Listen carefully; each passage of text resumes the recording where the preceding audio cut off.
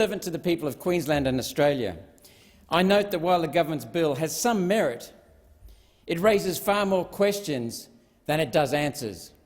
And before proceeding, I want to compliment Senator Hanson for her comments. At last, someone standing up for Australia. Now, we understand that the government has a dilemma because the government and the Labor Party have deferred, put off a decision on fuel security for years. In doing that deferral, putting it off, they have put our nation into an almost impossible position. And still, through this bill, it shows it has not faced up to the issue of fuel security.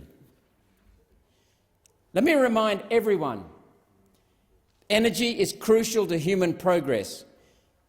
170 years ago was the start of the Industrial Revolution. Look how far we've come. Look at everything in this room. Look at everything around you. In a city, in a town, while you're driving in a car. That has come in the last 170 years. Why? Well, sure, human creativity, but above all, the relentless, ever-decreasing real price of energy. Electricity, unheard of 170 years ago.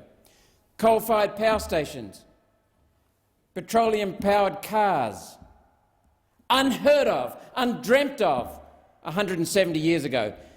A king 200 years ago would not live as easily, as safely, as comfortably, as well, as long as people on welfare today. And that shows remarkable human progress. Senator Hanson and I raised energy security in 2016. The government avoided the decision. Now the Liberal Nationals want to push it out to 2027. They want to avoid it again. It has deferred the decision again. And Labor will support them. So much for job security and investment across all industries. The key to driving an economy is low energy prices and energy security. That's what brings investment for future jobs.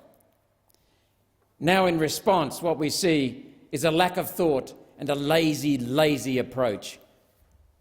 Why? Why do so many Liberal, Labor, Nationals' so-called solutions end up being simply a gift of taxpayer money to multinationals who are not taxed? Why does the government have a fetish for labelling bills with the word security? I'll tell you why. It attracts votes, even if the bill does not provide security. Australians love security. All humans love security. We've had cyber security, border security, energy security, internet safety security, data security, often hiding a lack of security. When it comes to votes, Labor and Liberal know the word security buys votes. Yet the word itself, security, is not real security. All three tired old parties repeatedly failed to provide real, meaningful, lasting security, refused to get back to basics and the truth. Now, we know that job security is important. We want it beyond 2027, though. Jobs of refinery workers, construction workers. And when we get back to cheap, reliable fuel, all workers across all industries, including agriculture, not just manufacturing and services. 2 refineries have recently shut. That was half our refineries. We have to do something then to ensure future fuel security. The government's attempts simply reduces the risk for refineries. We understand why, but taxpayers pay for that. And at the end of the deal in 2027, we have nothing to show for it. Nothing. Zip. So where's the government's energy plan? A plan is not a plan without addressing the 5 Ws and 1 H. That's a simple management tool, management concept. Why, what, when, where, who. And then comes the how. This government, like so many Liberal, Labor, Nationals governments, goes straight to the how, missing the specifics, the actions, the timelines, the responsibilities, missing the justification, cost-benefit analysis and the business plan. Government plans that jump straight to the how are not plans unless the 5 Ws are addressed. Look at climate, look at energy. The same applies everywhere. The NDIS, education, fundamentals, really important for our country. So why does the government repeatedly avoid facts and data, avoid a disciplined approach, objective approach to policy, and instead adopt media lines and partners and pander to Greens ideology, and drive policies in accordance with then Senator Matthias Cormann's often repeated dictum, "We will fulfil our global obligations"? What he means is, and what he meant was, our obligations to globalists. We are the world's largest exporters of energy, largest exporter of liquefied natural gas, second largest exporter of coal. We were the largest, and we still have the highest quality coal, but we've been overtaken by Indonesia as the largest exporter. Yet we have the world's highest domestic gas prices, and electricity prices are now 3 times that of countries who use our coal to generate their electricity. 3 times our prices using our coal. Why? Why can't we use our own gas domestically? Why can't we build a transnational pipeline to bring North West Shelf gas to the east and convert it to produce liquid fuels like petrol and diesel? The gas is suitable. Why can't we use the gas itself to power cars directly? Why can't we brainstorm and discuss alternatives? Many alternatives in the national interest. Consider what the government says is a solution. The government will pay up to $2 billion to multinationals to keep them here. Remember the car makers? As Senator Hanson reminded us, we paid them billions to stay here, and then they left. And as a final insult, sold their factories and their land to developers and pocketed the cash, after we gifted them so much taxpayer cash. Is this a solution when in 2027 the oil companies can simply leave, run away, after we give them up to $2 billion along the way? Liberal Labor have put off making a decision, and now when our country is in self-inflicted, deeper problems, makes a half-baked solution that really defers it again until 2027. Then we'll have to face up to it again. Why? Because we haven't faced up to it now. Why? Because the government lacks the will to listen and the courage to do something novel and appropriate for the people of Australia and our national interest. Just as Senator Hanson recounted Norway's doing something in the national interest. And in 2027, then what? China and our Asian competitors will, rightly, continue using hydrocarbon fuels like natural gas, coal and oil for decades. We have a small volume market. How can we compete with Singapore and China in refining fuels and do so with fair wages for good workers in this country? Here's a hint: energy. Singapore lacks any resources apart from human resources, being a well-educated people, industrious people, and solid, stable governance that puts Singapore first. They have a superior tax system, a superior education system, superior governance focused on Singapore's national interest. China, well, it takes a different strategy, one that won't last, but here's what it does. It exploits labour, sacrifices the environment, sacrifices worker safety. Yet we can compete because we have Australian management and leadership. We just need to let it have a go. Our energy, combined with our people, Australians, Australian workers, and our executive leadership in business. Other facts need consideration. The government repeatedly bets on technology that's unproven and very expensive. They're dreaming about hydrogen that currently costs about $6 a kilogram to produce and say they've got a vision for $2 a kilogram. Even at $2 a kilogram, the electricity cost is $200 per megawatt hour, 4 times the price that coal can do it now. So in their dream, they're going to send us bankrupt. Solar is another one of their dreams. Dependence on China, who makes the damn things.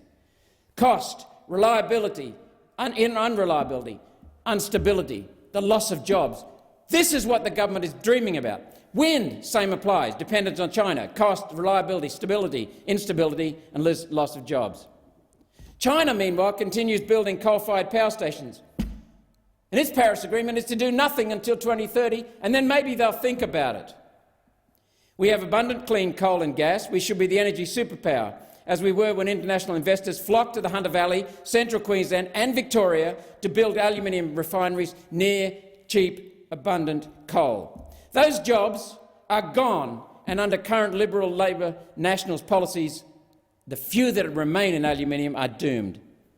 Instead, the trio bets on unproven pixie farts for energy and stakes Australia's future on rainbow-coloured unicorns in some imaginary Garden of Eden in the future. It abandons workers and the people of Australia. It abandons our country.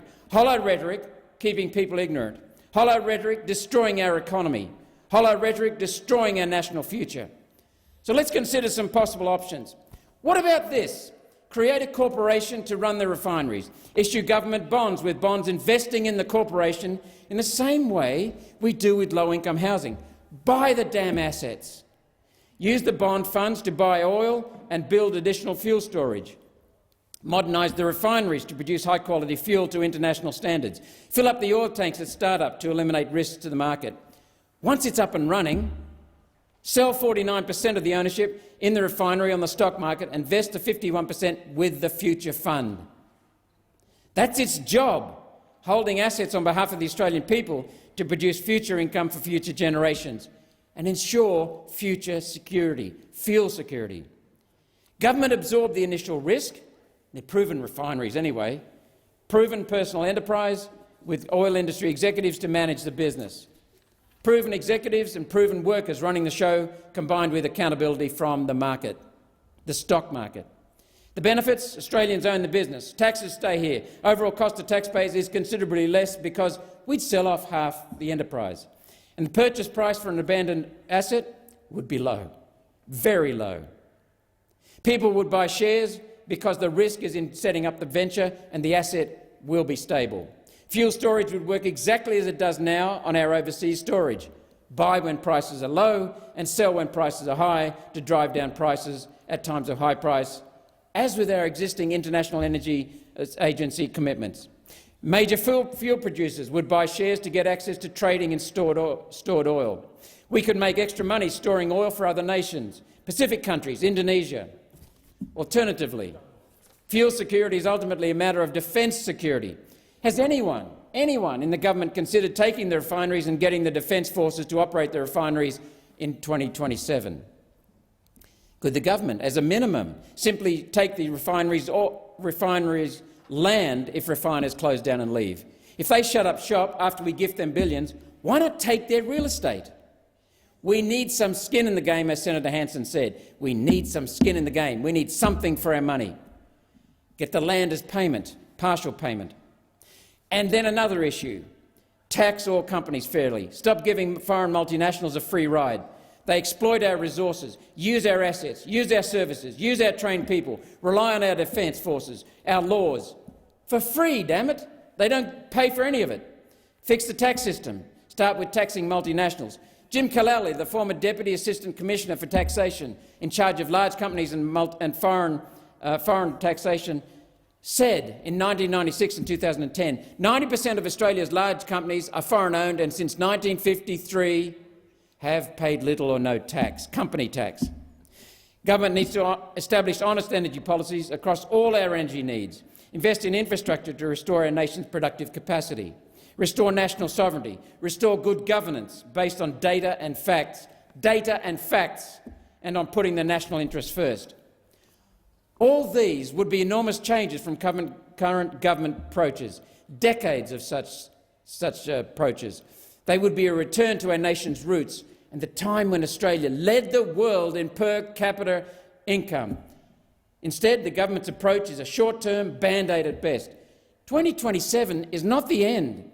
We need to think and prepare for beyond that. Liberal, national, Labor governments for the last 3 decades think long-term is just 2 budget cycles, 2 years. That's it. Australians deserve better, far, far, far better. This bill is not even a band-aid. It's a deferral, a putting off. It's Labor, Liberals, National playing hide-and-seek, hiding from the public the reality. It confirms this government's incompetence and laziness and continues decades of poor, dishonest and unaccountable governance. Now, I'm for personal enterprise, or as some may say, private enterprise. I'm all for security. Instead of repeated gutless band-aids and short-term fixes, where's the long-term solution? Where's the vision? Where's the national interest? Let's secure our nation's future with a comprehensive solution that addresses the basics for all Australians: job security, industry security, national security.